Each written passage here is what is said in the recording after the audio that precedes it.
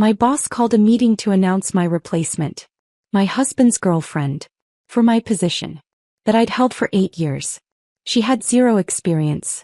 My boss said we need fresh energy. Everyone avoided my eyes. I stood up. Congratulated her. Shook her hand. Walked out. 1 hour later my phone started ringing. Then ringing again. Those 4 words ended 8 years of my life, and Mark said them like he was commenting on the weather. We need fresh energy. I was sitting in the main conference room surrounded by 200 CloudSync employees, watching my boss explain why I was being replaced by a woman who posted smoothie recipes on Instagram. He didn't say my name. He didn't look at me. He just kept talking about evolution and next generation thinking and authentic brand building while I sat there trying to remember how to breathe. Before we continue, thank you so much for being here. We're almost at 100,000 subscribers and I'm incredibly grateful for each one of you. If you haven't subscribed, please join our growing family. It's free and truly means everything. Now let's see what happened next. The woman sitting next to him, Amber, her name was Amber, smiled like she'd just won a prize. He probably thought she had. New title. Chief Brand Officer. Good salary. Corner office that used to be mine. She had no idea she was also sleeping with my husband. Or maybe she did know. Maybe that was part of the prize. Amber brings a perspective we haven't had before, Mark continued, gesturing toward her like she was a product he was unveiling. She understands how to build authentic connections with audiences in ways that traditional marketing strategies just can't achieve anymore. Traditional marketing strategies. That's what my work was now. Traditional. Old. Ineffective. Disposable. I'd built CloudSync's entire brand from scratch. I'd written every press release, designed every campaign, secured every media relationship that put this company on the map. When CloudSync was 10 people crammed around folding tables, I was here. When we couldn't afford real marketing software, I was here. When we landed our first major client and everyone celebrated, I was the one who'd written the pitch that closed the deal. 8 years. I gave this place 8 years. And Mark was erasing all of it in one meeting with catered sandwiches and bottled water. We're restructuring to optimize for growth, Mark said, and now he was looking at me. Finally. The pity in his eyes made me want to throw something. Vanessa has been foundational to CloudSync's success. We're grateful for everything she's built. She'll be transitioning to new opportunities. New opportunities. He made it sound like a gift. Like he was doing me a favor by firing me in front of everyone I'd ever worked with. Amber stood up to speak. I'm just so honored, she said, and her voice had that breathy quality of someone who'd never had to fight for anything. I really believe that authentic storytelling is about connecting with people's energy, you know? And I can't wait to bring my vision to CloudSync's brand. My vision. My brand. The one I'd created when she was probably still in college learning how to use Instagram filters. I looked around the room. Jordan from my team wouldn't meet my eyes. Priya was staring at her lap. Elena, my assistant, had tears streaming down her face but wasn't making a sound. The rest of my marketing department sat rigid like they were afraid that moving would make them complicit. But other people were nodding. Smiling. A few were even clapping. Younger employees mostly. The ones who thought fresh energy mattered more than actual results. My phone buzzed in my pocket. Then again. Then again. I pulled it out slightly, glanced at the screen. 23 missed calls. Texts from journalists asking what was happening. Screenshots of an Instagram post Amber had made this morning, announcing her new role before I even knew I was losing mine. In the photo I was visible in the background. Blurry but there. My face showed everything I was feeling right now. Shock, betrayal, pain. And she'd posted it anyway. She'd turned my worst moment into her content. Mark was still talking. We'll have transition meetings this week to discuss logistics. Vanessa will be training Amber on current campaigns and client relationships. Training her. They wanted me to train my replacement. The woman who was sleeping with my husband. The woman who'd taken my job. They wanted me to smile and be professional and hand over 8 years of work like it meant nothing. We're asking everyone to welcome Amber and support her during this transition, Mark said. This is an exciting evolution for CloudSync. Evolution. That's what they were calling it. Evolution required things to die so new things could grow. I was the thing that needed to die. Amber was answering questions now. Someone asked about her marketing background. She talked about building community and authentic engagement through her Instagram following. She didn't mention campaigns, strategy, metrics, results. She mentioned her follower count like it was a credential. 200,000 followers. I had relationships with journalists who reached 200 million readers. I had campaigns that generated actual revenue. I had 8 years of measurable results. But I didn't have fresh energy. I had experience. And apparently experience was the problem. People were starting to clap again. Amber was smiling wider, holding up her phone, probably already planning what she'd post about this moment. Mark was nodding, looking relieved that the hard part was over. No one was looking at me anymore. I'd already been erased. I thought about standing up. Thought about walking out right then. But something stopped me. Maybe pride. Maybe shock. Maybe the small, stupid hope that this was a nightmare I'd wake up from. Then I saw him. In the back of the room, standing near the door. David. My husband. He'd come to watch. He was here for this. His eyes met mine for half a second. Then he looked away. And I understood. He wasn't here to support me. He was here to support her. But I needed to understand how I'd gotten here. How I'd missed every sign. How the life I'd carefully built had collapsed without me even noticing the cracks forming. This morning felt like it had happened in a different lifetime. I'd walked into CloudSync at 7:30 with my coffee and my laptop bag, the same way I had every morning for 8 years. The badge reader beeped green. Keisha waved from reception. Everything was normal. Except it wasn't.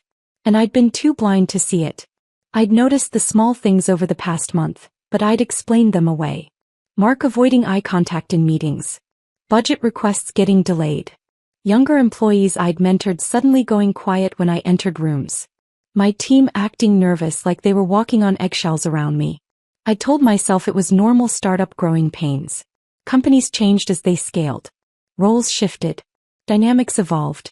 I'd been through organizational changes before. This felt different, but I couldn't put my finger on why. That morning, I'd walked past the conference room where I'd pitched our first major client 5 years ago. Back then we'd had 10 employees and furniture from IKEA. Now we had 3 floors and 200 people. I'd been part of every stage of that growth. I'd created the campaigns that attracted investors. I'd built the media relationships that got us featured in TechCrunch and Forbes. I'd designed the messaging that turned CloudSync from an unknown project management tool into a recognized industry player. The media wall in the main hallway displayed all of it. Framed press coverage, industry awards, conference badges from events where I'd represented the company. I'd walked past that wall every day feeling proud of what we'd built together. I didn't know Mark had already decided none of it mattered anymore. I'd stopped at Jordan's desk that morning. He was one of my best hires, a junior copywriter I'd taken a chance on 3 years ago when other companies wouldn't interview him. Now he led our entire content strategy. Morning, I'd said. Ready for the all-hands meeting? He'd looked up and his face had done something strange. Not quite guilt. Not quite fear. Something in between. Yeah. Should be interesting. Do you know what it's about? Mark didn't say. He'd looked back at his computer screen too quickly. I should have pushed. Should have asked why he looked so uncomfortable. But I'd been distracted thinking about the Q4 campaign proposal I needed to finalize, the client meeting scheduled for tomorrow, the dozen other tasks filling my calendar. I'd been so focused on doing my job that I didn't notice my job was already gone. Elena, my assistant, had been waiting at my office door when I arrived. She'd worked with me for 4 years. I knew her kids' names, her husband's job, her mother's health struggles. We'd celebrated promotions and survived crises together. He was more than an assistant. He was family. Morning, I'd said, unlocking my office. What's on the agenda today? She'd hesitated. Just for a second. The all-hands meeting at noon. Mark wants everyone there. Do you know what it's about? Another hesitation. He said it's important company news. I'd assumed it was the Series C funding announcement. We'd been working toward it for months. I'd created the entire investor deck, spent weeks perfecting every slide, every message, every data point. This felt like the natural celebration of that work. I'd been so stupid. At 11:30, I'd gathered my things and headed toward the main conference room. The hallway was crowded with people moving in the same direction, but nobody was talking. Usually before these meetings there was energy. Speculation about what Mark would announce. Jokes about how long he'd talk. Small conversations about weekend plans or project updates. That day, everyone walked in silence. And when I passed them, they looked away. I'd taken my usual seat, third row center, and pulled out my phone while waiting for the meeting to start. That's when I'd seen the notifications. 23 missed calls. 47 text messages. All from the past hour. Rachel Chin, the tech journalist I'd worked with for 5 years. Vanessa, what is happening? Is this real? Jennifer Wu, marketing director at a competing company. Call me. Something's wrong. Tim Rodriguez from our PR firm. We need to talk ASAP. My heart had started racing. I'd open the next message. It was a screenshot. An Instagram post from someone named Amber Hayes, posted an hour ago. The photo showed a young woman standing in CloudSync's lobby, holding up her phone in a selfie. She was grinning, and the caption read, "New role alert. Chief Brand Officer at CloudSync. When you believe in yourself, the universe delivers." Chief Brand Officer. My role. My company. My lobby. And in the background of her photo, slightly out of focus, was me. Walking past. My face visible for just a moment, showing confusion and pain I hadn't even known I was feeling yet. She'd posted my humiliation before I'd even experienced it. Then Mark had walked in with Amber beside him, and my entire world had started falling apart in real time. The meeting wrapped up. Mark thanked everyone for their flexibility during this transition. People started standing, gathering their things, moving toward the catered lunch like nothing had happened. I sat completely still. Around me, my team was trying to figure out what to say. Elena touched my shoulder. Vanessa. I stood up. My legs felt shaky but held. I walked to the front of the room where Amber was talking to Mark, laughing about something, completely comfortable in a space I'd built. Congratulations, I said. My voice came out steady. Strong even. Amber turned, surprised. Up close, she looked even younger. Mid-20s maybe. Barely old enough to understand what a career really meant. Oh, thank you. She extended her hand. I shook it. Her grip was weak. I'm really excited to learn from everything you've built. Learn from everything I'd built. While taking everything I'd built. I'm sure you'll do great, I said. The lie tasted like metal. Then I turned to Mark. I'll get my things. I walked out of the conference room. Down the hallway. Past my office with my name still on the door. Past the wall of press coverage I'd earned. Past the break room where I'd stayed until midnight designing our original logo. The logo that was now plastered all over Amber's Instagram feed. Past Keisha at reception, who was crying quietly into her hands.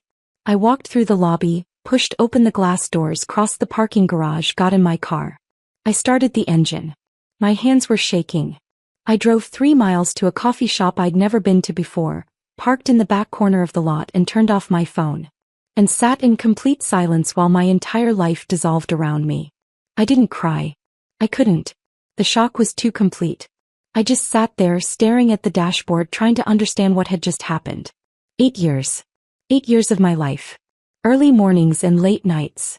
Weekends spent perfecting campaigns. Holidays working on crisis management. Birthdays celebrated at my desk because launches couldn't wait. Family dinners cut short because clients needed responses. Date nights canceled because emergencies demanded attention. I'd given CloudSync everything. And they'd replaced me with an Instagram influencer who posted smoothie recipes and motivational quotes. Fresh energy. That's what Mark had said. We need fresh energy. I'd built the entire foundation. But foundations weren't exciting anymore. They wanted something shiny and new. They wanted someone who understood authentic connection, even if she didn't understand strategy, metrics, or results. They wanted someone young enough to make them feel innovative. And apparently, someone young enough to sleep with my husband was even better. After an hour, I finally turned my phone back on. The notifications exploded across my screen. 53 missed calls now. 72 text messages. Emails flooding in from journalists, colleagues, former clients, people I hadn't talked to in years. Everyone was asking the same question. What happened? I didn't have an answer yet. All I knew was that 1 hour ago, I'd had a career I'd spent 8 years building. A reputation I'd earned through measurable results. A team that depended on me. A company that wouldn't exist in its current form without my work. Now I had nothing. And somehow I'd been the last person to know it was coming. I turned my phone back on because I had to. Because sitting in silence wasn't solving anything. Because the questions flooding my mind needed answers I couldn't find alone in a parking lot. The screen lit up. 89 notifications now. The number kept climbing as I watched. I opened the first text from Rachel Chin, the tech journalist. I'm trying to verify this before I write anything. Can you call me? This doesn't make sense. Jennifer Wu had sent 3 messages. Where are you? Are you okay? I have screenshots of everything if you need them. Tim from the PR firm. CloudSync's board is going to hear about this. This is a disaster. I scrolled through message after message. Former colleagues expressing shock. Industry contacts asking if the Instagram post was real. A few people I barely knew offering sympathy that felt more like curiosity. Then I saw messages from my team. Jordan, I'm so sorry. I wanted to tell you. Priya, this isn't right. None of us agree with this. Elena, please let me know you're okay. They'd known. My own team had known I was being fired and they'd sat in meetings with me pretending everything was normal.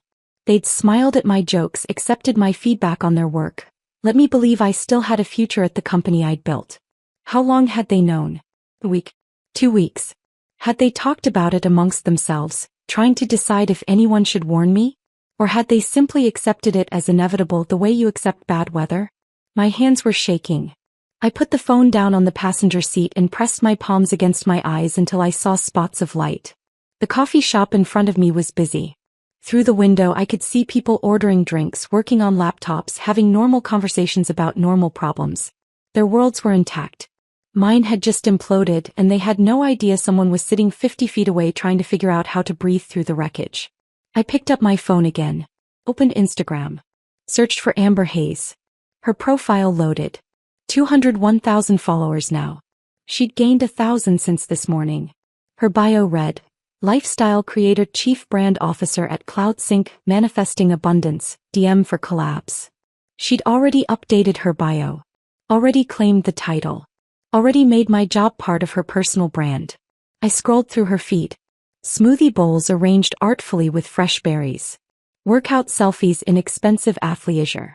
Motivational quotes in white cursive font over images of sunsets and beaches. You are the CEO of your own life. Abundance flows to those who believe. Your vibe attracts your tribe. Nothing about marketing strategy. Nothing about campaigns or metrics or actual business results. Just aesthetic photos and empty platitudes that somehow convinced Mark she was qualified to lead a marketing department. I kept scrolling. Then I found it. A post from 6 months ago. A photo of Amber at a restaurant, smiling at the camera. And in the background, slightly blurred but unmistakable, was David. My David. Sitting across from her, laughing at something she'd said. 6 months ago. They'd been together for at least 6 months and I'd had no idea. I zoomed in on the photo. David was wearing the shirt I'd bought him for his birthday. The one he'd claimed to love but rarely wore. He'd worn it for her. The caption on the photo, Best dinner conversations with the best company. Sometimes the universe puts exactly the right people in your path. 43 comments. All variations of so cute, and you deserve this, and manifesting this energy. Nobody questioned who the man in the background was. Nobody asked if he was married. They just celebrated her happiness while she destroyed mine. I clicked back to her most recent post. The one from this morning. The one announcing her new job at my company. The photo showed her in CloudSync's lobby, phone held high, grinning like she'd just won an award. And there I was in the background. Blurry but visible. My face showed everything. Confusion, hurt, the beginning of understanding that something terrible was happening. She'd captured my worst moment and turned it into her content. My humiliation was her engagement. The post had 4,200 likes now. 312 comments. I read through them, my stomach twisting tighter with each one. Congratulations, Queen. You manifested this. So proud of you. This is what happens when you stay in your power. Chief Brand Officer at your age? You're literally goals. A few comments were different. Wait, who's the woman in the back? This feels uncomfortable. Did someone just lose their job? But most people didn't care. They just saw a young woman celebrating success and they celebrated with her. They had no idea that success was built on sabotage, a fair and calculated destruction of someone else's career. One comment made me stop scrolling. It was from a username I didn't recognize. That's Vanessa Mitchell. She built CloudSync's entire brand. This is messed up. Someone knew. Someone in that sea of congratulations understood what was actually happening. I clicked on the username. The profile was private, but the bio said, Tech Marketing Professional. Seattle. Someone in my industry.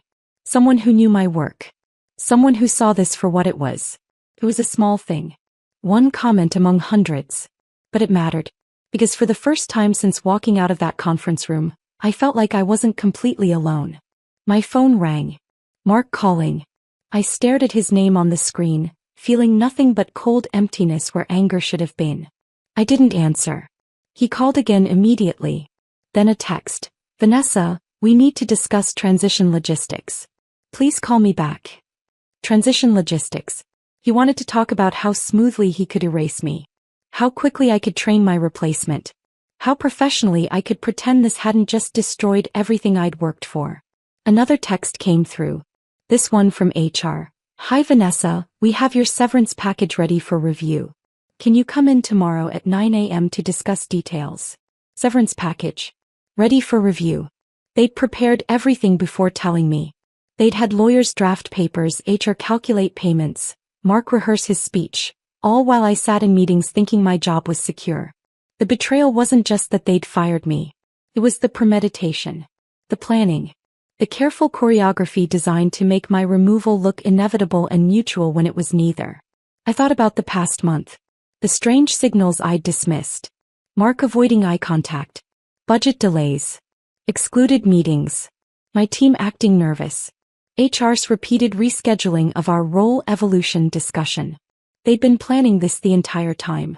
And I'd explained away every warning sign, too focused on doing my job to notice my job was already gone. Another call. David this time. I answered without thinking. What? Vanessa. His voice was careful like he was talking to someone unstable. I heard what happened. Are you okay? You heard what happened. I laughed and it came out sharp and bitter. You heard. Like you weren't there. Like you didn't help make it happen. Silence on the other end. Then, I know you're upset. I saw you, David. In the back of the conference room. You came to watch. More silence. I thought it would be better if I was there. For support. Support. The word felt absurd. You were there to support her. Your girlfriend. The woman who just took my job. She's not he stopped. Caught in the lie. It's complicated. It's actually very simple. You've been sleeping with her for at least 6 months. You helped her get hired at my company. You orchestrated my professional destruction so you could what? Afford to leave me? Feel less guilty? I'm trying to understand the logic here. That's not what happened. Then explain it to me. Explain how your girlfriend ends up with my job, announced at a meeting you attended, posted on her Instagram before I even knew I was being fired. Explain the logic that makes any of this accidental. He was quiet for a long time. Then, I made mistakes. I know that. But this isn't all about you, Vanessa. You've been so focused on CloudSync for years that you stopped noticing anything else. Our marriage was already over. You just didn't see it. The accusation hit like a physical blow. He was making this my fault. My obsession with work. My failure to notice. My blindness to what was happening in my own life. And the worst part was there was truth in it. I had been focused on CloudSync. I had missed signals. I had let my marriage deteriorate while I chased campaigns and press coverage and the validation that came from professional success. But I hadn't destroyed us. I hadn't lied. I hadn't betrayed. I hadn't systematically dismantled someone else's life to make room for mine. You're right, I said quietly. I didn't see it. I didn't see that my husband was capable of this level of cruelty. I didn't see that the person I'd been married to for 19 years would help destroy my career to cover up his affair. I missed a lot of things, David. But you made sure I would. Vanessa. I hung up. The phone rang again immediately. I turned it off completely this time. Pulled the battery out so it couldn't turn back on. I sat in that parking lot for another hour watching people come and go from the coffee shop, living their normal lives while mine fell apart. Then I started the car and drove home. To the house David and I had bought together 12 years ago. To the place that was supposed to be safe but now felt like just another space I was about to lose. I needed to talk to Mia. I needed to figure out what she'd meant in her text. I needed to understand how much my daughter had known while I walked through my life completely oblivious to the disaster unfolding around me. Mia was sitting on the front steps when I pulled into the driveway. She shouldn't have been home. It was only 2:30 on a Wednesday. School didn't end until 3:15 and she usually stayed late for debate practice. But there she was, backpack slumped beside her, knees pulled to her chest, face buried in her arms. I turned off the engine and sat there for a moment watching her through the windshield. My 17-year-old daughter, who used to tell me everything, who used to run to me with every problem and triumph, now looked like she was carrying the weight of something too heavy for her shoulders. She looked up when she heard the car door close. Her eyes were red and swollen. Mascara tracked down her cheeks in dark smudges. She'd been crying for a while. "Mom," she said, and her voice cracked on the single word. I walked up the steps and sat down beside her. The concrete was cold through my slacks. "Why aren't you at school?" "I couldn't stay. After I saw..." She stopped, fresh tears spilling over. "I'm so sorry. I should have told you." My chest tightened. "Told me what?" She wiped her face with her sleeve, smearing the mascara worse. "Can we go inside? Please?" We went into the house. The same house we'd lived in for 12 years. The same kitchen where we'd had 1,000 normal conversations. Everything looked exactly the same as it had this morning, but nothing felt the same. I made tea neither of us would drink. We sat at the kitchen table and Mia stared at her hands like she couldn't bear to look at me. "Mia, whatever it is, just tell me." She took a shaky breath. "Dad's been lying to you. About everything. And I knew. I've known for months and I didn't tell you and I hate myself for it." The words landed like physical blows, even though part of me already knew what was coming. "How long have you known?" "Since June. 6 months." Her voice was barely above a whisper. I found texts on his iPad. I was borrowing it for a school project and messages kept popping up. From someone named Amber. They were... She stopped, her face crumpling. "They were together, Mom. Like really together." The messages were... I can't even say what they said. June. 6 months ago. David and I had celebrated our anniversary in June. He'd taken me to dinner at the restaurant where we'd had our first date. He'd held my hand across the table and told me he was grateful for our life together. And the entire time he'd been texting another woman. Planning a future that didn't include me. "You confronted him?" Mia nodded miserably. "The next day. I showed him what I'd found. I was so angry. I told him he had to tell you or I would." "What did he say?" "He begged me not to. He said it wasn't what it looked like, that he was ending it, that telling you would destroy our family. He made me promise to give him time to figure things out." Tears were streaming down her face now. "He said if I told you, it would be my fault if you guys got divorced. That you'd been through so much stress at work and this would break you. He made it sound like telling you would hurt you worse than keeping quiet." I felt something crack inside my chest. "Mia, listen to me. None of this is your fault. You were put in an impossible position. But I should have told you. I kept waiting for him to end it like he promised, but he never did. It just got worse. He was on the phone with her all the time. Late at night. In the garage. In his car. And I had to watch you trust him. Watch you believe him when he said he was working late or had client dinners. I felt like I was lying to you every single day. You were protecting yourself. That's what kids do when adults force them to keep secrets they shouldn't have to keep. But then today..." Her voice broke completely. "Today I saw it on Instagram. Her post. With you in the background looking so hurt. And I realized everyone was going to know and you didn't even know, and it was because I kept his secret." I reached across the table and took her hand. "You are not responsible for what your father did. Or what happened at my job today. Do you understand me?" She squeezed my hand so hard it hurt. "There's more. Something you need to hear." "More?" She pulled out her phone with her free hand, fingers shaking as she scrolled through her recordings. "Last Tuesday. Dad was in the garage on the phone. I don't even know why I recorded it. I just felt like I needed proof that I wasn't crazy. That this was really happening." She pressed play. David's voice came through the speaker, clear and casual. "Mark owes me. I've sent him 3 major clients this year. He'll do this. Then a woman's voice I didn't recognize but knew had to be Amber. But what about Vanessa? Won't she be upset? David laughed. Actually laughed. Don't worry about her. Mark's already looking to make changes.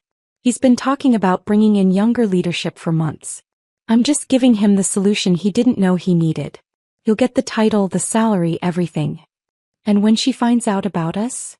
She won't. Not until it doesn't matter anymore. By then you'll be established at CloudSync and we can deal with the fallout on our terms. This way we both get what we need. Amber's voice again, lighter now. You're terrible. I'm practical. I'm fixing two problems at once. You need a real job with real money. I need to be able to afford to leave without destroying myself financially. This solves both. The recording ended. 2 minutes and 17 seconds that explained everything. I sat there staring at Mia's phone, my mind struggling to process what I'd just heard. This wasn't an affair that accidentally intersected with my job. This was planned. Orchestrated. David had used his business connections to get Amber hired specifically so he could afford to leave me. He'd destroyed my career as part of his exit strategy. Mom. Mia's voice was small and scared. Say something. Please. Send me that recording. What? The recording. Send it to me right now. She did, her hands fumbling with her phone.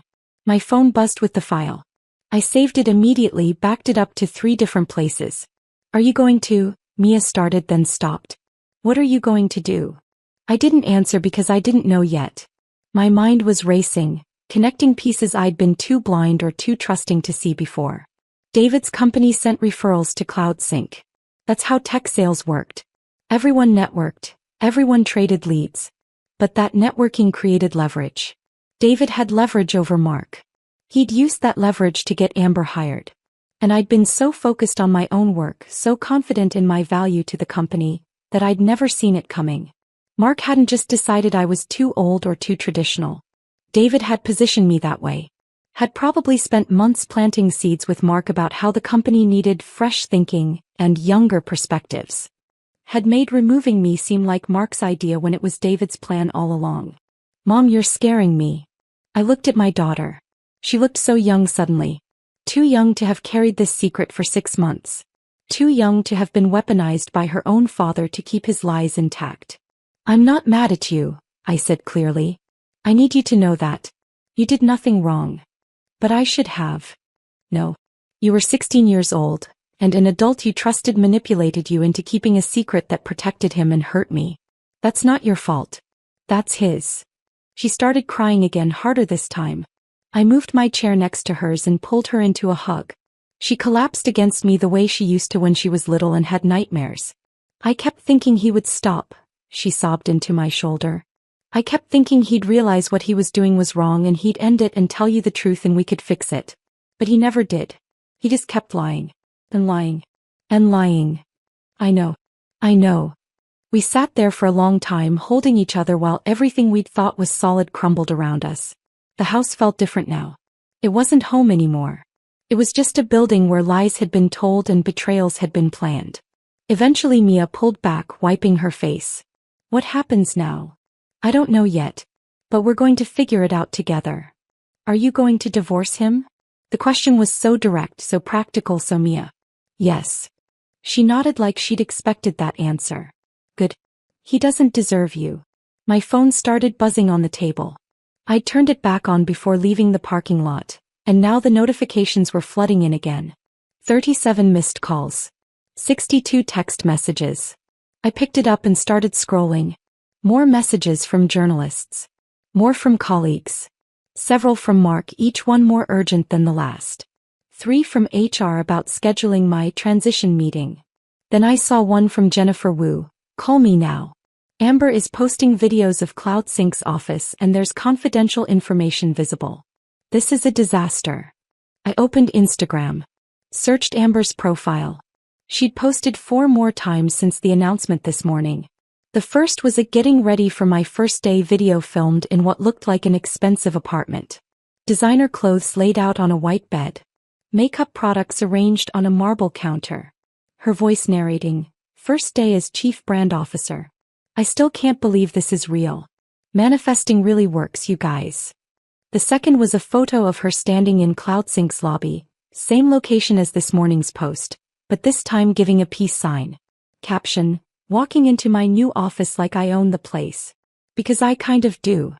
The third was what Jennifer had warned me about. A video tour of the office.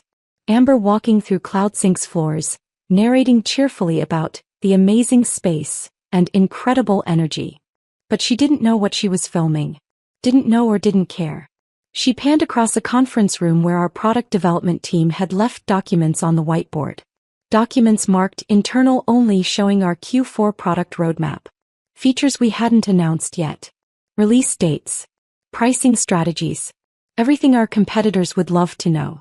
She filmed herself sitting at a desk, my old desk, and behind her, clearly visible on the credenza, was a printed presentation deck. I zoomed in on my phone, squinting at the screen. It was the Q4 investor pitch. The one Mark was presenting to potential Series C investors next week. Customer acquisition costs were visible. Revenue projections. Competitive analysis showing our weaknesses. Amber had just leaked confidential company information to 201,000 followers and had no idea she'd done it. The fourth post was a photo of her holding a CloudSync branded coffee mug. Caption: obsessed with my new company swag.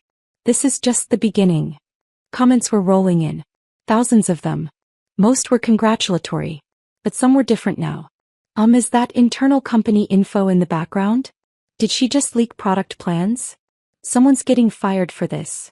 This is so unprofessional. I took screenshots of everything. Every post. Every comment. Every frame of video showing confidential information. Then I texted Jennifer. I have screenshots. And I have something else. Something about how she got hired. Can you meet tomorrow? Her response came immediately. Yes. My office. 9 a.m. Bring everything. I looked at Mia, who was watching me with red, swollen eyes. We're going to be okay. I promise. How do you know? Because I spent 8 years building something real. Your father and Amber destroyed it in one day. But they didn't destroy me. They just showed me exactly who they are. And for the first time since walking out of that conference room, I felt something other than shock and pain. I felt clarity. Cold, sharp, and absolutely certain. That night, after Mia went to her room, I sat alone at the kitchen table with my laptop and started digging into my own life. The house was too quiet. Usually David would be home by now, making noise in the kitchen, watching television in the living room, existing in the space we'd shared for 12 years. Tonight he wasn't here. I didn't know where he was and I didn't care. I opened our joint bank account. Something I hadn't checked carefully in months, maybe longer. David handled most of the day-to-day finances. I made more money. My salary at CloudSync had been $140,000. But he paid the bills, managed the accounts, kept track of expenses. I trusted him with that. I trusted him with everything. I started scrolling through statements from the past year. Restaurant charges I didn't recognize. Places in Seattle I'd never been to. Angelo's Italian Bistro, $187. The Oceanfront Grill, $243. Castaway Bar and Lounge, $156. All charged to our shared credit card. All dinners I hadn't eaten. Then I found a recurring charge. $2,800 every month for the past 7 months. The description said Premium Storage Solutions Unit Rental. We didn't have a storage unit. We talked about getting one when we cleaned out the garage last spring, but we'd never followed through. I clicked on the charge, tried to find more details. The payment went to a company called Premium Storage Solutions, but when I searched for them online, nothing came up. No website. No business listing. Nothing. I kept digging. Cash withdrawals. Large ones. $500 here. $800 there. Always on Thursdays. Always from the ATM near David's office. 12 withdrawals over the past 6 months, totaling more than $7,000. My hands were shaking now. I opened another tab and logged into our home equity line of credit. The account we'd set up 3 years ago for emergencies and home improvements. The account that was supposed to have $50,000 available. The balance showed $3,200 remaining. We'd drawn down $46,800. I stared at the number, my brain struggling to process what I was seeing. I'd never authorized any draws on that account. I'd never signed anything. David must have forged my signature or used our joint access to pull money without telling me. Our home equity. The financial cushion I'd built. Mia's backup college fund. My security. Gone. I clicked through the transaction history. The first draw was 18 months ago. $5,000. Then another 2 months later. $8,000. Then more. And more. The amounts got larger as time went on. The most recent draw was 3 weeks ago. $6,500. Where had all that money gone? I opened David's email. I knew his password. He'd never changed it from our anniversary year, and I'd never had a reason to snoop before. I felt a brief flash of guilt about invading his privacy, then remembered he'd just destroyed my career and my marriage, and the guilt disappeared. I searched payment in his inbox. Hundreds of results came up. I started clicking through them. Receipts from something called PokerNow Elite. An online gambling site. Small amounts at first. $50 here. $100 there. Then larger. $500. $1,000. $2,500.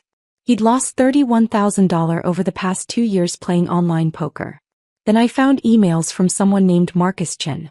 Subject lines like payment schedule, and we need to discuss your balance, and final notice action required. I opened them. My stomach dropped further with each one. Marcus was calling in David's gambling debts. The tone started professional but got progressively more threatening. I've been patient, but I need payment by end of month. Interest is accumulating daily. This will affect your professional reputation if not resolved soon. David owed someone named Marcus Chin $47,000. I kept searching. Found emails between David and Amber. Not the romantic ones Mia had seen. Financial ones. Venmo receipts. David sending Amber $2,800 every month since March. 7 months of payments totaling $19,600. The same amount as our storage unit charges. He'd been paying her rent. With our money. While planning to get her hired at my company. There were other payments too. Furniture for her apartment. A car repair. Her phone bill. Parking tickets.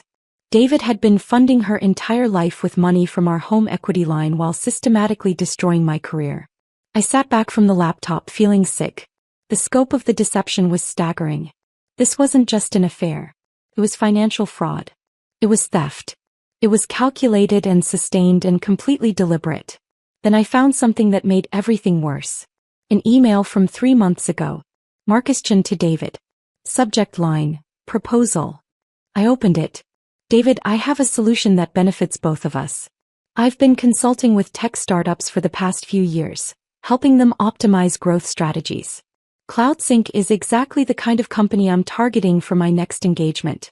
If you can get Mark to meet with me and consider bringing me on as an advisor, I'll reduce your debt by $15,000. I need a foothold in a solid Series B company. CloudSync is perfect. Let me know if you can make this happen. David's response. I can make that happen. I have leverage with Mark through client referrals. Let me work on it. Another email 2 months later. Marcus, how's it going with the CloudSync connection? David, better than expected. Mark is concerned about marketing effectiveness. I've been planting seeds about needing younger leadership with social media expertise. I think I can get Amber hired there, which would position you perfectly. Once she's established, you come in as a growth consultant. Mark will trust the recommendation because it comes through internal channels. Marcus, and Amber is on board? David, she doesn't need to know the full picture. She just knows I'm helping her get a job that pays well. Once she's in, you make your move. My debt gets cleared, you get your consulting gig, everyone wins. Marcus, except your wife. David, my wife will be fine. She's talented. She'll land somewhere else. And honestly, our marriage has been over for a while. This just accelerates the inevitable. I read the emails 3 times. Then I read them again. Each time they got worse. Marcus Chin wasn't just a debt collector. He was running some kind of corporate infiltration scheme. He got people into debt, then leveraged that debt to get access to companies. David wasn't just cheating on me and destroying my career. He was helping a con artist infiltrate CloudSync. I searched Marcus Chin online. His LinkedIn profile listed him as an independent business consultant specializing in growth strategy and operational optimization for emerging tech companies. I dug deeper. Found a Reddit thread from 2 years ago. A startup founder warning others about a consultant who'd extracted proprietary information and then disappeared before the company collapsed. The consultant's name wasn't mentioned, but the description matched. Another article from a tech blog about a startup that suffered a data breach and was acquired at a fire sale price shortly after bringing on a mysterious growth advisor. No names, but the timeline matched Marcus's LinkedIn employment history. He was a corporate saboteur. He infiltrated companies, extracted valuable information, then either sold it to competitors or positioned himself for acquisition payouts. And David had just helped him get access to CloudSync. Amber was the entry point. Too naive or too self-absorbed to realize she was being used. David was the facilitator, trading my career and his integrity to clear his gambling debts. And I was the obstacle who'd been surgically removed to make the whole scheme work.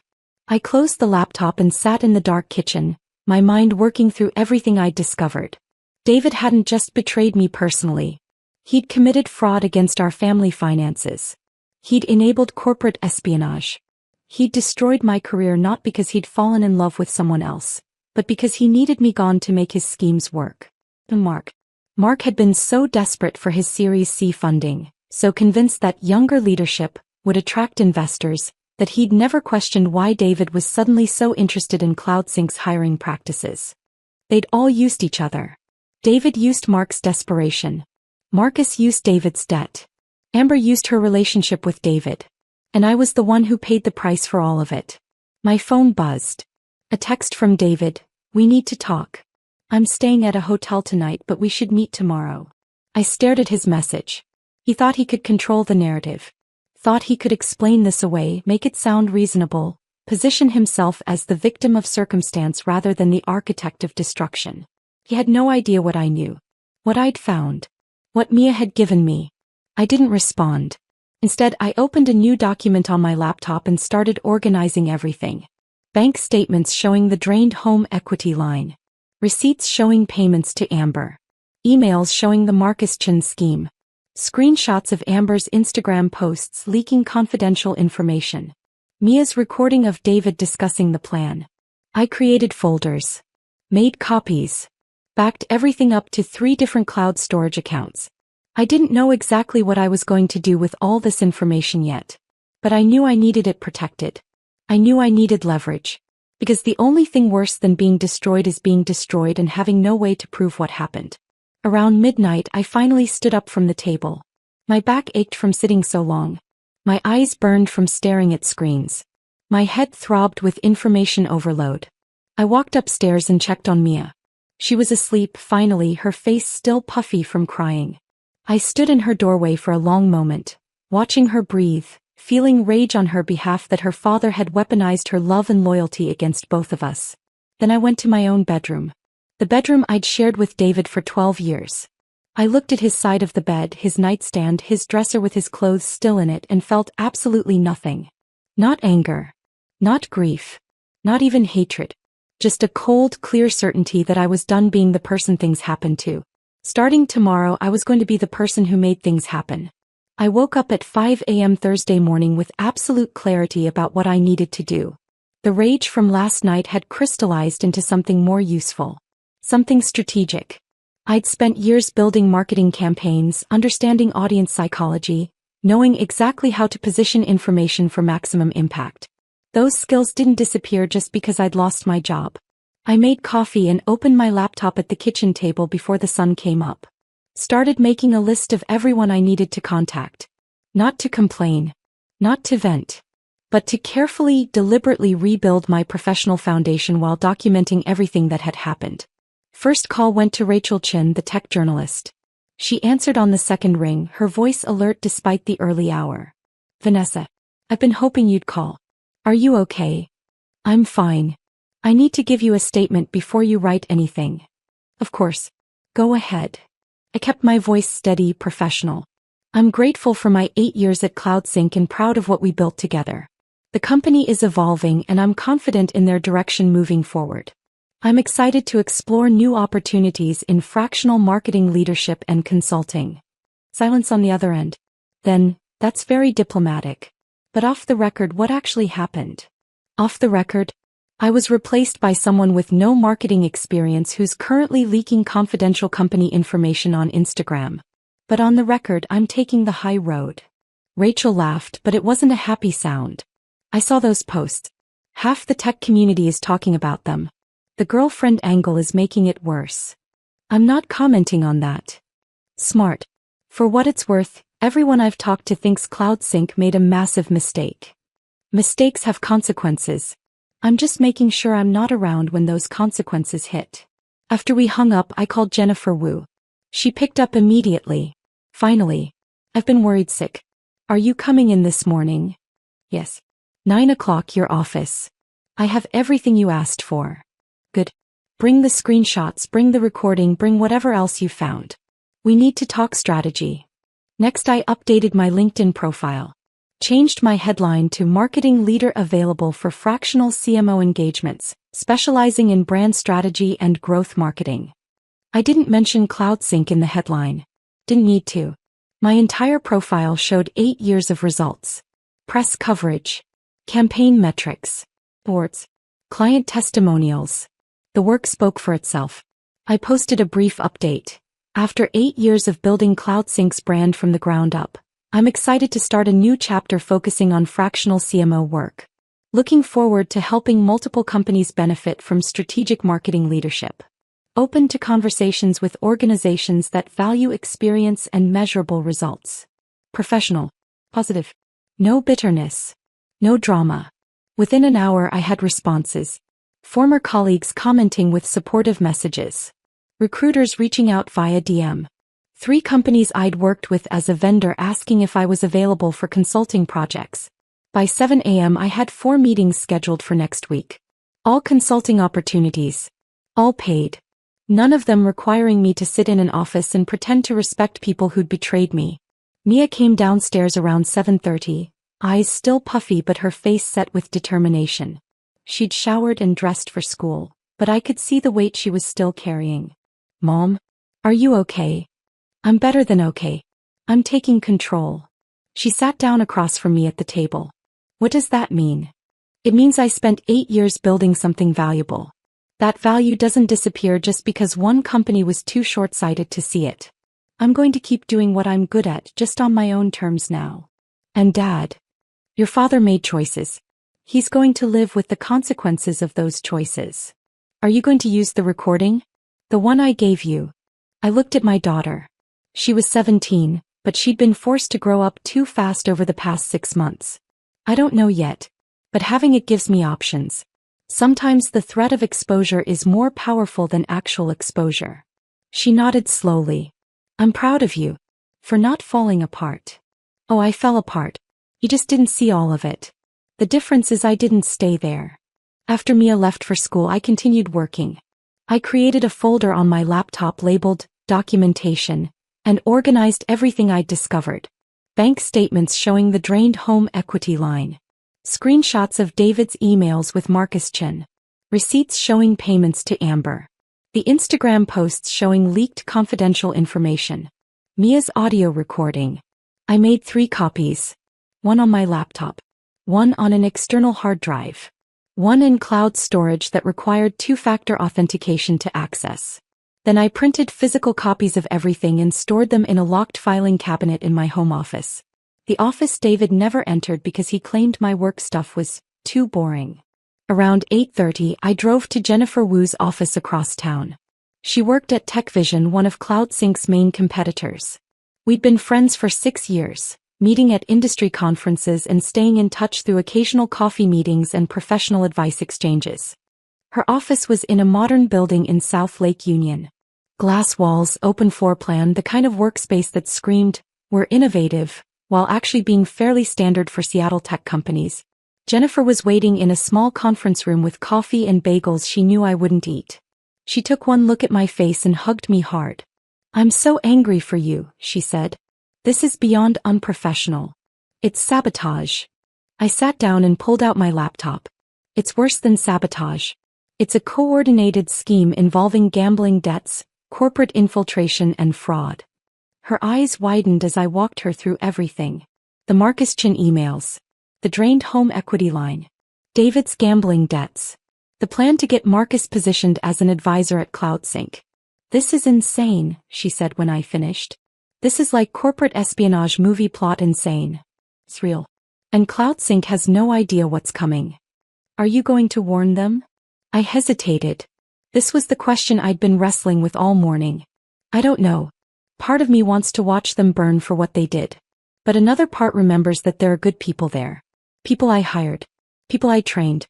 They don't deserve to be collateral damage in Marcus's scheme. What does your lawyer say? I don't have a lawyer yet. That's this afternoon's project. Jennifer pulled out her phone. I'm texting you the name of the lawyer I used for my divorce. She's sharp, she's tough, and she doesn't mess around. Tell her I sent you. Thank you. Now, let's talk about work. Real work. Are you serious about fractional CMO consulting? Completely serious. I need income, I need flexibility, and I need to not be dependent on any one company ever again. Jennifer smiled. Good. Because I have 3 companies that need exactly what you offer. They're all Series A or Series B startups. They need strategic marketing leadership but can't afford or don't want a full-time executive. You'd work maybe 15 to 20 hours a week per company. Set your own schedule. Charge consulting rates instead of salary. What's the pay? For 3 companies at 20 hours each? You'd clear $180,000 annually. More than your CloudSync salary. And you'd have autonomy they could never give you. I sat back in my chair processing this. That's actually perfect. I know. I've been doing it for 2 years. It's the best decision I ever made. No office politics. No organizational drama. Just strategy, execution, results. You do good work, they refer you to others, your reputation grows. Can you introduce me? Already sent emails this morning. All 3 companies want to meet with you next week. For the first time in 2 days I felt something like hope. Not the naive hope of thinking everything would magically fix itself. But the realistic hope that came from having a concrete plan and the skills to execute it. Jennifer leaned forward. Now, about CloudSync. What are you going to do? I'm going to wait. Let Amber keep posting. Let Marcus make his moves. Let Mark realize he's made a catastrophic mistake. And when they finally panic and ask for help, I'll decide if they deserve it. That's cold. They earned it. We talked for another hour about logistics, rates, contract structures, how to position myself in the market. Jennifer had been through this transition herself and knew every pitfall to avoid. When I left her office around 11, I felt steadier than I had since walking out of that conference room. I had a plan. I had options. I had people who valued my expertise. I drove to a law office downtown and met with Amanda Pierce, the divorce attorney Jennifer recommended. She was in her 50s, gray hair pulled back in a neat bun, eyes sharp and assessing. I spent 90 minutes walking her through everything. The affair. The financial fraud. The drained home equity. The gambling debts. Mia's recording. The scheme with Marcus Chin. Amanda took notes the entire time, her expression getting darker as the story unfolded. This is one of the more complicated cases I've seen, she said when I finished. But you've documented everything beautifully. That's going to make my job much easier. What happens now? Now we file. Immediately. We freeze the joint account so he can't drain anything else. We file for divorce citing fraud and financial misconduct. We position you as the victim of deliberate deception, not a failed marriage.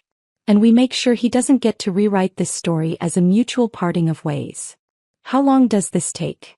In Washington, 90 days minimum. Realistically, 6 months to a year given the complexity. But we file immediately to establish timeline and intent. I signed the retainer agreement. Transferred money from my personal savings account that David didn't have access to. Walked out of that office with paperwork that would legally end my marriage. It should have felt more significant. More emotional. Instead, it just felt like checking off another task on a very long list. My phone rang as I was driving home. Unknown number. I almost didn't answer, but something made me pick up. Vanessa Mitchell? Yes. This is Linda Carson. I don't know if you remember me, but I was your boss at TechCorp about 12 years ago. I did remember. Linda had been an excellent manager before I left for CloudSync. Of course I remember. How are you? I'm well. I saw your LinkedIn update this morning. I wanted to reach out because I think we should talk. About the fact that what happened to you happens to women in tech constantly. And about how there's a network of us who've decided to do something about it. Linda Carson wanted to meet in person. She suggested a coffee shop in Fremont, neutral territory away from both our offices, though I didn't have an office anymore.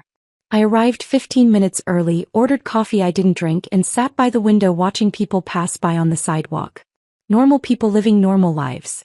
Going to jobs where they felt secure. Coming home to partners who hadn't destroyed them. Linda walked in at exactly 2 o'clock. She looked the same as I remembered. Sharp gray suit, confident stride, the kind of presence that made junior employees straighten their posture. But her expression was softer than it used to be. Less corporate armor, more genuine warmth. Vanessa. She hugged me before sitting down. You look good. Tired but good. I'm surviving. You're doing more than surviving. I've been watching your LinkedIn activity. 4 consulting meetings scheduled already. That's not survival. That's strategy. I managed a small smile. Old habits. Linda pulled out her laptop and opened it between us. I want to show you something. It's a network I've been building for the past 3 years. Women in tech, mostly over 40, all of whom have been pushed out of companies they helped build. We call ourselves The Collective. She turned the screen toward me. It showed a private website with profiles of about 20 women. Marketing directors, CTOs, operations managers, product leads. All with impressive credentials. All marked as available for fractional executive work. We're not a formal company, Linda explained. We're a referral network. When a startup or established company needs executive-level expertise but can't afford or doesn't want a full-time hire, they come to us. We match them with the right person. Everyone sets their own rates, their own hours, their own terms. How does it work financially? You contract directly with the client. We just facilitate the introduction. No placement fees, no commission. The only requirement is that if you get work through the collective, you refer other opportunities back to the network when you can. I scrolled through the profiles. Every woman had a story similar to mine written between the lines of their professional accomplishments. Decades of experience. Proven results. Suddenly deemed not the right fit for companies they'd built. Why are you telling me this? Linda closed the laptop. Because what happened to you is going to keep happening unless we create alternative structures. The tech industry is addicted to youth. They think innovation requires inexperience.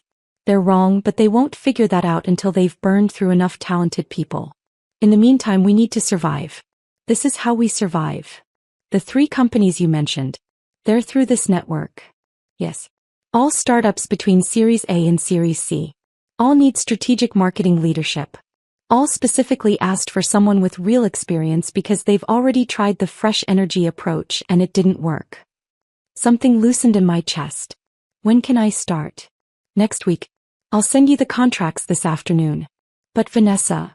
Linda's expression turned serious. You need to know that doing this work well requires letting go of what happened at CloudSync. Not forgetting. Not forgiving. But letting go enough that you can focus on building something new instead of dwelling on what you lost. I'm not dwelling. You're documenting everything. Jennifer told me. Linda held up her hand before I could protest. I'm not saying it's wrong. I did the same thing when I got pushed out of my VP role 8 years ago. I had folders full of evidence, emails, proof of my value. You know what I did with it? What?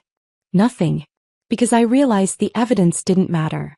They didn't fire me because I was incompetent.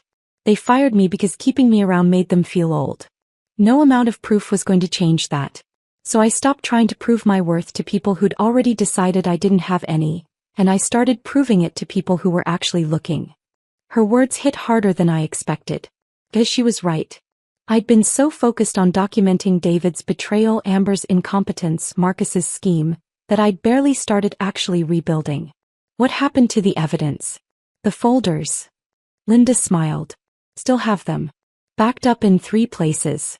Because sometimes knowing you have leverage is enough. You don't have to use it. You just have to know it's there if you need it. We talked for another hour about the collective, about fractional work, about how to position myself in the market. Linda had been through exactly what I was experiencing. She understood the specific pain of being erased by people you trusted. When we finally stood to leave, she handed me her business card. Call me if you need anything. And Vanessa, you're going to be fine. Better than fine. This is going to be the best professional decision you never wanted to make. I drove home feeling something I hadn't felt in days. Not happiness exactly. Not relief. But possibility. The sense that there was a path forward that didn't require me to destroy anyone or prove anything. I could just build something new. Mia was home when I arrived, sitting at the kitchen table doing homework. She looked up when I walked in. Mom, Dad's been calling. I know. I've been ignoring him. He wants to talk. He keeps saying you're being unreasonable. I set my bag down and sat across from her. What do you think? Am I being unreasonable? She considered the question seriously. I think you're being smart. He wants to control the narrative. If you talk to him, he'll try to make this all sound reasonable. Like he had no choice. Like you share the blame somehow. When did you get so wise? When I spent 6 months watching an adult lie to everyone and realizing I never want to be that person. She paused. Are you going to talk to him eventually? Eventually. When I'm ready. When I have all my pieces in place. What pieces? I thought about the divorce papers Amanda was filing. The consulting contracts Linda was sending. The documentation folder on my laptop with evidence of everything David had done. The network of women who understood exactly what I was going through. The pieces that mean I'm walking into that conversation from a position of strength, not desperation. My phone buzzed. A text from an unknown number. This is Tim from CloudSync's PR firm. We have a situation. Can you call me? It's urgent. I showed Mia the text. What do you think this is about? Amber probably did something else stupid. Called Tim. He answered on the first ring, his voice strained. Vanessa. Thank God. We need your help. With what? Amber posted another video. This one's worse. She filmed a strategy session where Mark was discussing the Series C pitch. The entire financial model is visible on the screen behind her. Plus customer churn data. Plus competitive weaknesses. It's been live for 3 hours and has 50,000 views. I closed my eyes. And you're calling me why? Because Mark is panicking. The board is furious. Our lead investor saw the video and is threatening to pull out of Series C discussions. We need crisis management, and you're the only person who knows how to handle this. I don't work there anymore, Tim. I know. But we need you. Mark wants to hire you back as a consultant. Emergency rates. Whatever you want. I looked at Mia, who was watching me with wide eyes. Tell Mark I'll think about it. I'll have an answer for him Monday. Monday. Vanessa, this is happening now. Monday, Tim. That's the best I can do. I hung up. Mia was staring at me. You're going to help them? After everything? I don't know yet. I need to think about whether they deserve help or whether they deserve to learn this lesson the hard way. Another text came through. This one from Jennifer. Did you see Amber's latest video? Half of tech Twitter is talking about it. CloudSync's reputation is tanking in real time. Then another from Rachel Chin. I'm writing an article about the dangers of hiring for culture fit over competence. Can I quote you? Then one from Elena, my former assistant. Please come back. Everything is falling apart. Amber doesn't know what she's doing and Mark won't admit he made a mistake. We need you. I set my phone face down on the table. This is what Linda meant about letting go. I could spend the next month watching CloudSync implode and feeling vindicated. Or I could spend it building something new. Can't you do both? I laughed despite everything. Maybe. But one of those paths leads somewhere I want to be. The other just leads to more anger. That night, I sat at my kitchen table with my laptop and reviewed the consulting contracts Linda had sent. 3 companies. 60 hours a week total. $180,000 for 6 months with possibility of extension. Real work solving real problems for people who actually wanted my expertise. I signed all 3 contracts. Sent them back. Scheduled my first meetings for Monday and Tuesday. Then I opened the folder labeled documentation and looked at everything I'd collected. Bank statements. Emails. Screenshots. Audio recordings. Proof of David's betrayal and Marcus's scheme and Amber's incompetence. Linda was right. Having the evidence mattered. But using it had to be a strategic choice, not an emotional reaction. I made a decision. I would help CloudSync, but not because they deserved it. I would help them because there were good people there who didn't deserve to lose their jobs because of Mark's bad judgment. People like Elena and Jordan and Priya who'd been caught in the middle of something they hadn't created. But I would help them on my terms. At my rates. For a limited time. And I would make sure everyone knew exactly what my expertise was worth. I texted Tim back. I'll consult for CloudSync for 2 weeks maximum. $500 per hour, 20-hour minimum commitment, payment upfront. I solve the immediate crisis and train someone to handle ongoing issues. Then I'm done. If Mark agrees to these terms, have him email me directly. Tim's response came immediately. He'll agree. Thank you. I set my phone down and looked at the contracts I'd just signed. At the documentation folder I'd carefully built. At the path forward I was choosing. Maybe this wasn't revenge. Maybe it was something better. Maybe it was reclaiming my value on my own terms and refusing to let anyone else define my worth ever again. Mark's email arrived at 6 a.m. Monday morning, 3 weeks after I'd signed my consulting contracts with Linda's network. Terms accepted. Wire transfer confirmation attached. Can you start today? Situation is critical. I was already awake, working on a campaign strategy for one of my new clients. A healthcare software startup that actually valued experience over Instagram followers. I opened the attachment. $10,000 deposited into my business account. 20 hours at $500 per hour, payment upfront, exactly as I'd demanded. I finished my coffee and replied, I'll be there at 10 a.m.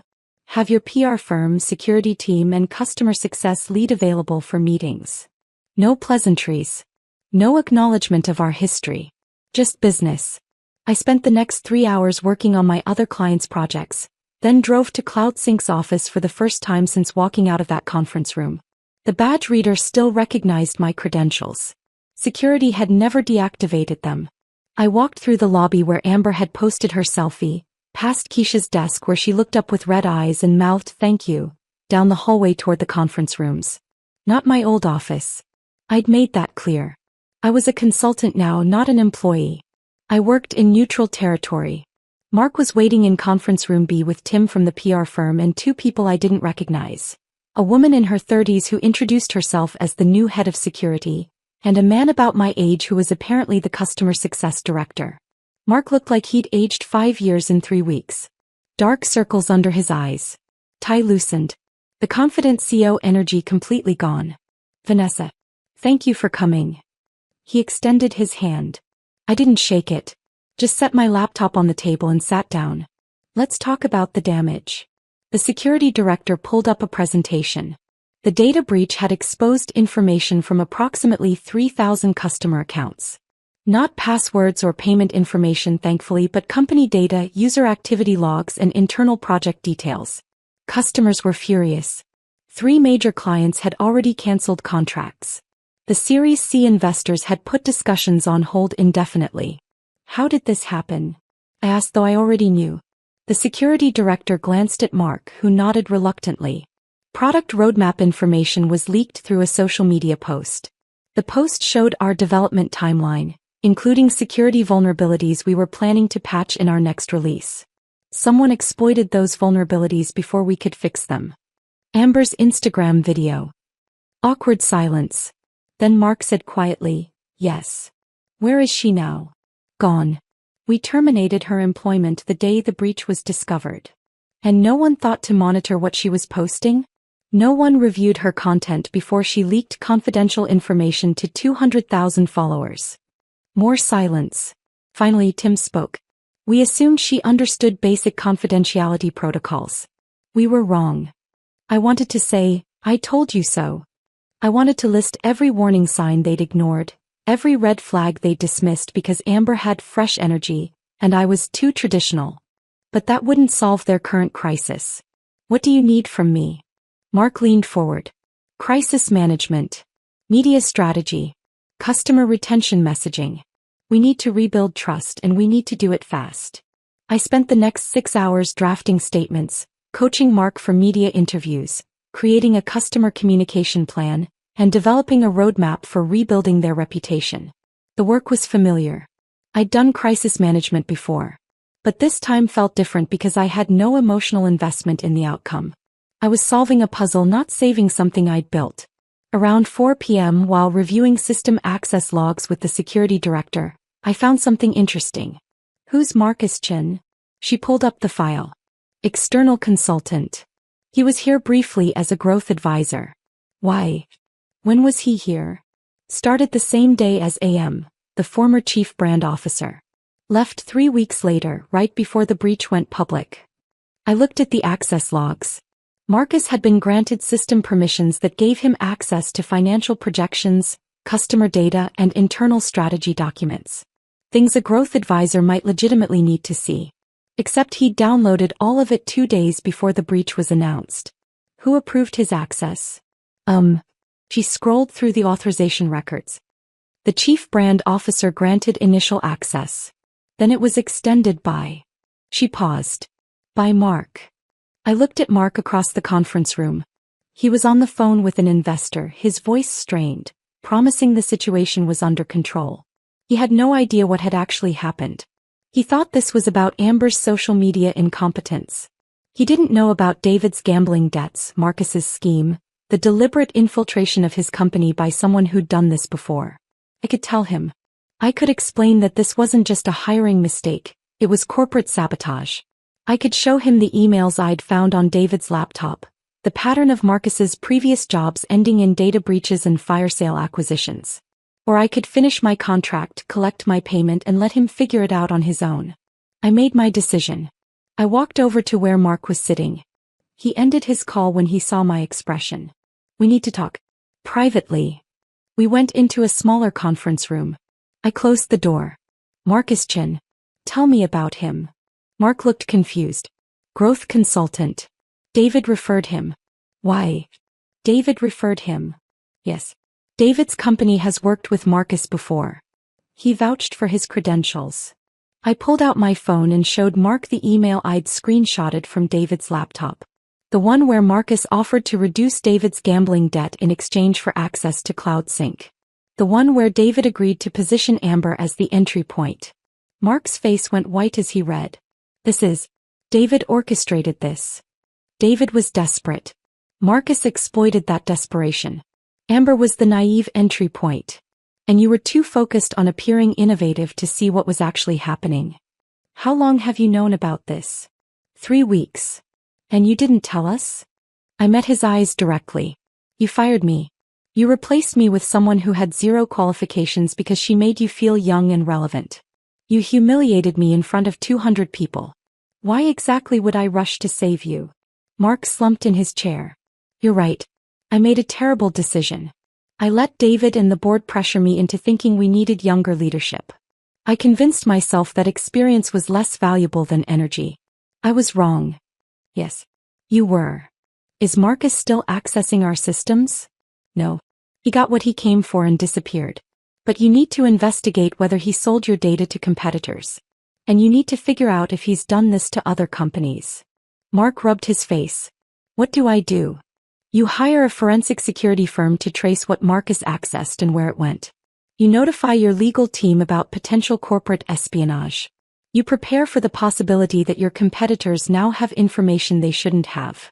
And you pray your insurance covers some of this. Will you stay and help with that? No. My contract is for crisis communications, not corporate investigations. I've done what you paid me for. The rest is your problem. I stood to leave. Mark stood too. Vanessa. I know this doesn't fix anything, but I'm sorry. I'm sorry for how I handled your departure. I'm sorry for not trusting the person who'd actually built this company. You deserved better. The apology landed flat. Not because it wasn't sincere, but because it didn't matter anymore. The damage was done. CloudSync would survive this probably. They'd implement better security, hire people who actually knew what they were doing, learn expensive lessons about valuing substance over style. But I wouldn't be there to see it. And I didn't care. Goodbye, Mark. I walked out of CloudSync for the second time, but this time I wasn't devastated. I was done. Finished. released from any remaining emotional attachment to a place that had decided I didn't matter. I got in my car and drove home to my apartment, stopping to pick up dinner from the Thai place Mia and I both loved. When I walked in, Mia was on the couch doing homework. She looked up. How was it? Satisfying. And empty. Both at the same time. She closed her textbook. Are you okay? I'm better than okay. I'm free. That night, after Mia went to bed, I was working on my laptop when someone knocked on my door. I looked through the peephole and saw David standing there, looking worse than I'd ever seen him. I considered not answering.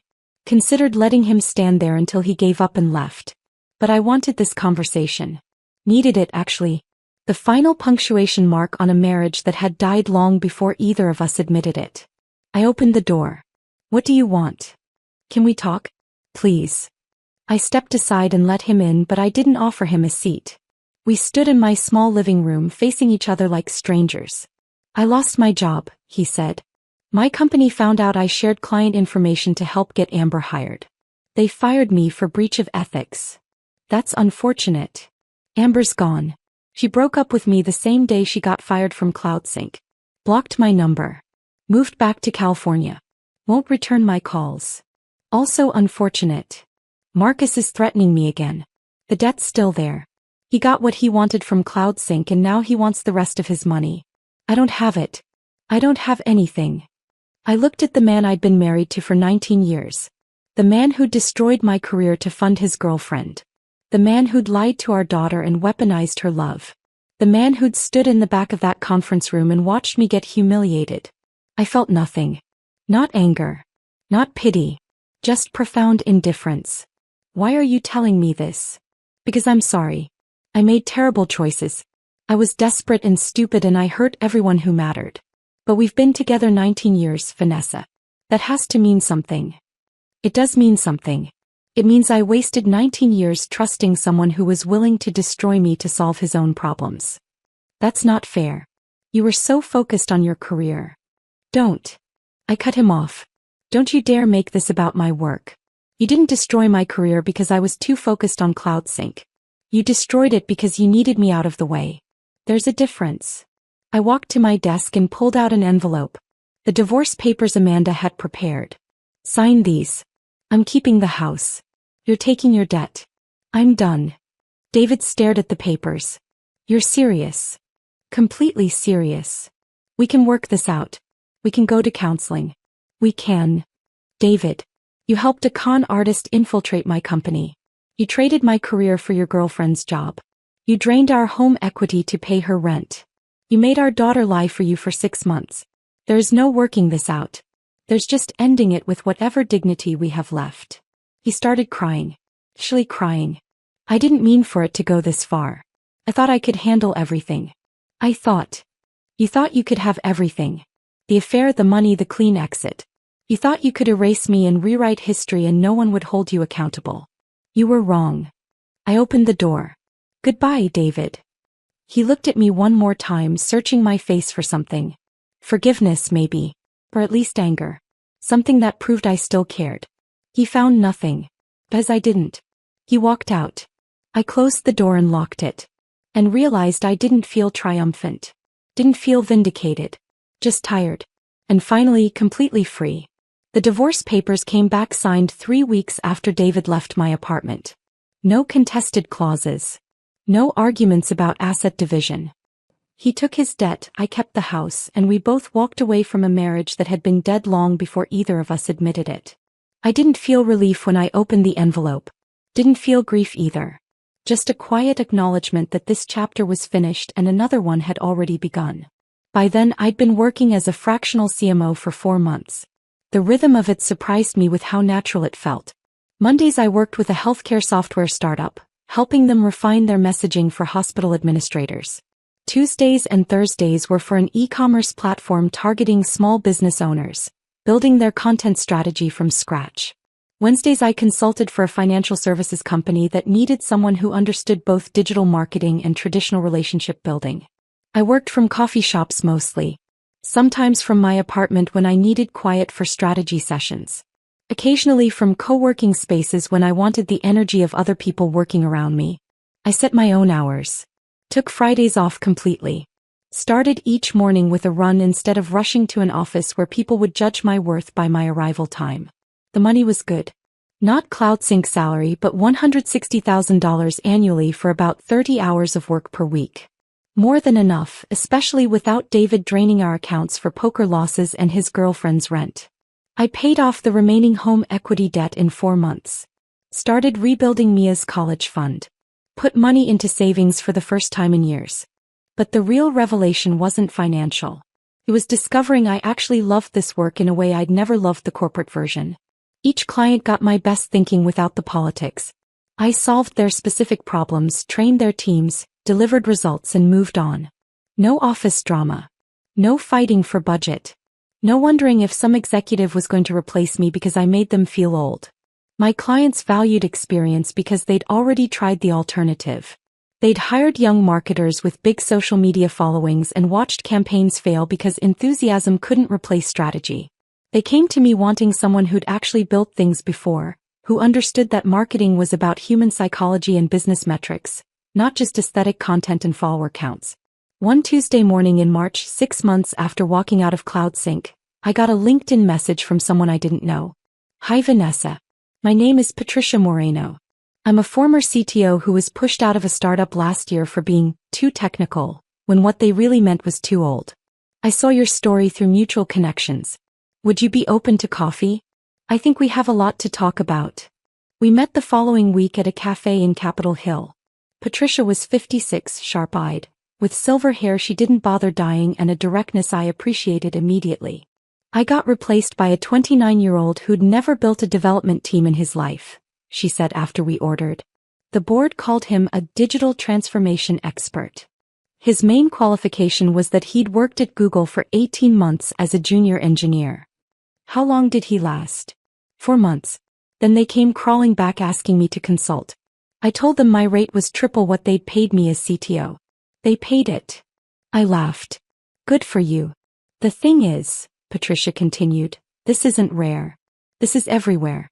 I know at least a dozen women who've had nearly identical experiences. We're all talented, all have proven track records, all got pushed out for younger, less experienced people. And we're all doing fractional or consulting work now because the corporate world decided we weren't valuable anymore. It's like they think expertise expires after 40. Exactly. So I've been thinking, what if we formalize this? Created a network of experienced executives who do fractional work.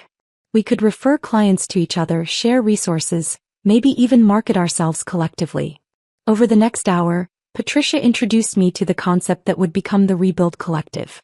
She'd already connected with 4 other women, all in their 40s, 50s, and early 60s, all pushed out of tech companies they'd helped build, all rebuilding on their own terms. We started meeting monthly. Just the 6 of us at first, gathering in someone's living room or a quiet corner of a restaurant, sharing war stories and client leads. Patricia had been a CTO. Sandra Kim had been a VP of operations. Elena Vasquez had led product development.